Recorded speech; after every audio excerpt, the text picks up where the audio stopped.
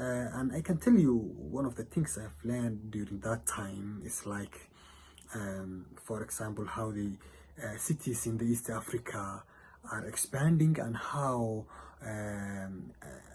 urbanization is growing, and how that's creating a humongous demand on land, and that may create some sort of problems if it's not solved within the time frame.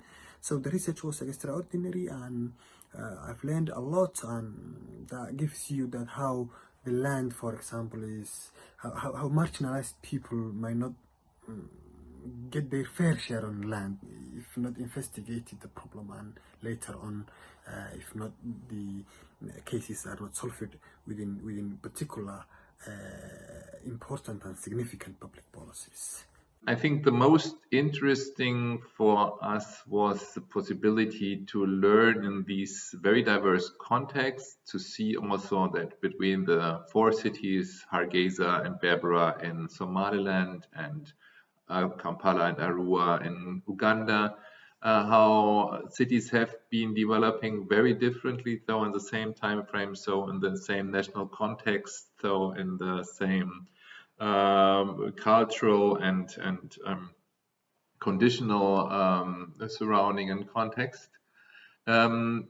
They have also given us a lot of food for thought regarding the perception of justice and what is considered to be a fair process of distribution of access, etc. And it also showed us that we had started with a normative approach for the research, that we thought we can measure spatial justice, that we can give an index towards what kind of experimental justice you would find in a specific household. And to illustrate that this was in fact more difficult than we had assumed in the beginning, is that even in the same household you could have two very different perceptions about the justice provided by the space or the place. For example, one person could be very happy and state that he or she is quite satisfied with the location, with the possibility to access opportunities of work, to access social interaction, etc. And the other person in the same household would say that this is not the case. And if you look very close into the survey, you would find that one person, actually the first one, owns a motorcycle and the other one does not. And most likely it is the man or the head of the household mostly that would own the motorcycle, and a woman or a child would not have this possibility. So within the same condition, in the same household, in the same setting, the same economic background of the same family, you would have two very different perceptions of what justice is about, or injustice, or perceived injustices, and that it is subjective to a certain degree, but also measurable different, that spatial justice is such a complex concept in the end, because it's not just about access, it is also about the symbolic meaning of the place, it is about the family embeddedness, social interaction, the possibilities it provides, that it is not separable from these other conditions, these more subjective cultural, social conditions. And at the same time, it does, of course, have a lot of technical issues that are related to the kind of infrastructure provision, the kind of transport linking to the place, etc. If you're familiar with the history of Somaliland, you'll know that Hargeisa was bombed in 1988 and reconstruction followed in 1991. I learned a great deal from my stint in Hargeisa as it relates to the urban poor and wealthy people competing for lands. But the people of Hargeisa are resilient and have a certain resolve none like I've ever experienced. This resonated with me because I've struggled with depression for many years, and seeing people go about their daily lives in a seemingly unaffected way under challenging circumstances made me appreciative of the simpler things in life. The researchers from IHS all came from different parts of the world, and this was a common ground for us all, unifying our experiences. Under this project, I learned that resources are not distributed equally within the urban setting. simply because municipalities try to allocate resources such as roads, housing, based on the value of land, but also in proximity to the CBD of those municipalities. And this is something that always municipalities should always consider in the planning for these municipalities to strike a balance in distribution of these resources, so that even other people in the city suburb can benefit out of them. One of the things I learned in the project was how people capture value in land markets. We've always known that there are vast sums of money to be made through urban land. One of the key ways that people do that is through land grabbing or seizing land. But on a more everyday basis, land markets seem to facilitate this too. There are 4 key issues which seem to be important in this regard. The first point is that land is held under many different systems and meanings, and that this gives rise to different forms of coexisting land values that arise out of this sociality. The second is that there are structural differences in the value of land that arise out of the proximity of the land to infrastructural investments. The third is that there are great inequalities in access to information, or asymmetries in access to information, and these operate across and within different systems and meanings of land. Within this, then, we have the fourth point, which is that people who can operate across these different systems know how to realize the value that exists in the different systems. A good example would be land brokers. Land brokers facilitate transactions that allow for value to be captured by different people in different systems. Another example would be people who can take advantage of institutional information of when infrastructure is going to be provided and can transact on the land before the value increases. So in a context where there are asymmetries in information and vast differentials in access to reliable infrastructure, people who can work across these different systems are able to capture what is essentially a social value in private hands. And so how people capture value on an everyday basis through land markets is by being in touch with people who can work across these different systems simultaneously. What did I learn during the project? I think the main thing that I learned during the project was just how generous and open the people of Hargeysa are. They were very welcoming, particularly at the Hargeysa Cultural Center. Everything that we needed, I think they did their best to support us. And it went over and above a professional relationship. We got to meet people who took us around the city, who answered our questions, because we are coming in as researchers from very different contexts, very different backgrounds, without kind of an in-depth understanding of the city, but they were very accommodating and they really did go above and beyond and took us out for dinners and take us for drives, and yeah, it was a very warm experience and a warm welcome. Although it may have been generally obvious to me that cities are inherently different, the particular differences were spelt out for me during this project. It was an interesting finding to see how spatial justice boiled down to the individual level and how the individual interacted with space. That sort of brought a whole different dimension to the discourse around spatial justice in relation to complex land markets. One thing about the project is that what I got to learn is that there's a need for political will in the organization of our communities.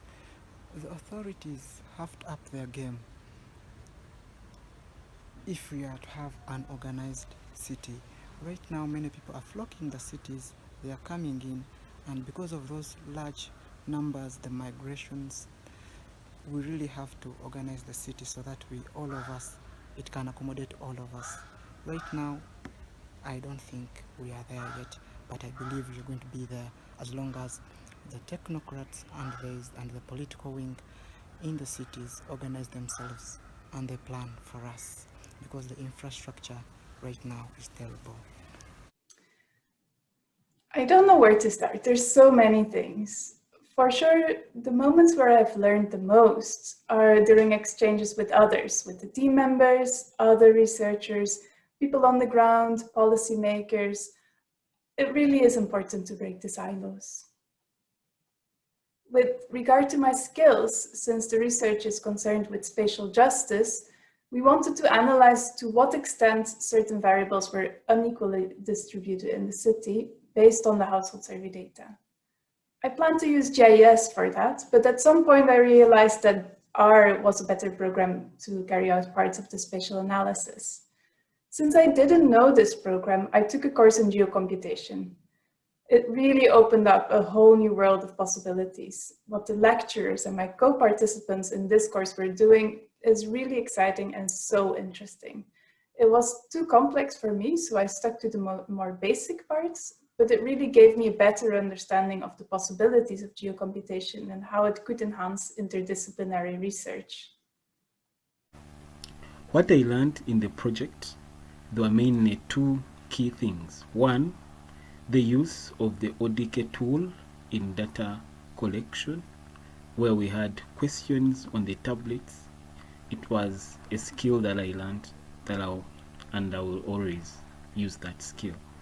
The second is the use of the predetermined GPS coordinates, where we had the coordinates and you would go tracing where the coordinate falls. Some coordinates you would not get them, but you'd be forced to use them. It was a skill that up to now I still use. There are different types or classes of people in a given country, region, or city. The high, the middle, and the low class. This determines where and how you live, or maybe what you own, whereby you will find the rich settling in a unique, separate cluster from the poor. There is that naturally created spatial indifference influenced by the levels of income. Land is owned differently in different countries depending on the systems of governance. I have been working in sub-Saharan cities for a few years now, and I am familiar with different customary land tenure systems in the region. However, what really impressed me in this project is the important role of the traditional clans in Somaliland cities.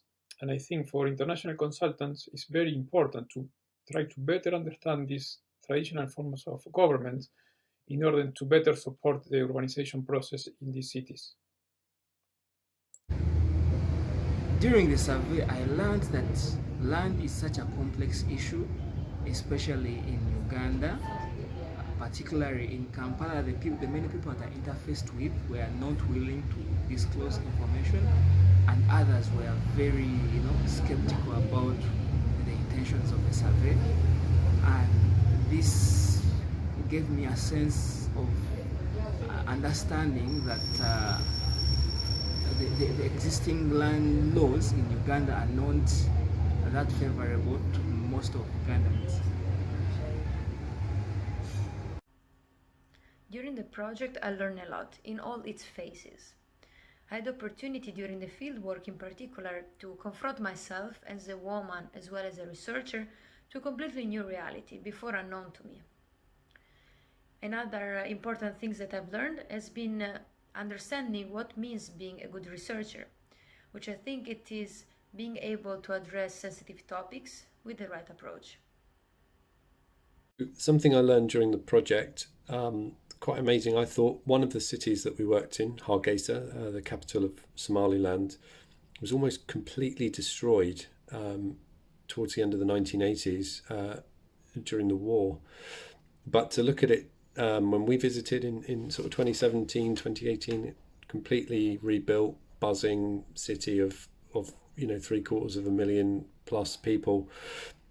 So yeah, just testament to the resilience, I suppose, of the Somaliland people and the somewhat unstoppable nature of urbanization. One of the wonderful things about any research is just how much we learn, but that also makes it hard to isolate one thing that stands out. But for me, actually seeing the big differences in the approach to land management in the Somaliland cities of Berbera and Hargeysa was a real eye-opener. I think often people presume that because of the past conflict, Somali cities will not be well planned or have strong institutions in areas like, for example, land registration. Certainly Hargeysa, which was literally razed to the ground in 1988, shows that kind of profile. But Berbera, which is now going through quite rapid change as the port has substantially expanded, offers a very different picture. It has a remarkable land registry, and the vast majority of people buying and selling land pay the taxes due on those transactions, which means the Berbera municipality is able to think much more proactively than Hargeysa's is on how to manage urban growth. During the project, I learned how to use an electronic gadget for collecting data, which I did not have the knowledge before. And secondly, I also learned how to locate enumeration areas or households that were assigned to me, or even coordinates, because this was one of the terms given to the places to be located using Google Map, especially by the use of maps.me, which was kind of interesting, being my first experience in using that kind of technology. What I learned from the project was actually the importance of teamwork and also preparation as being key to any endeavor.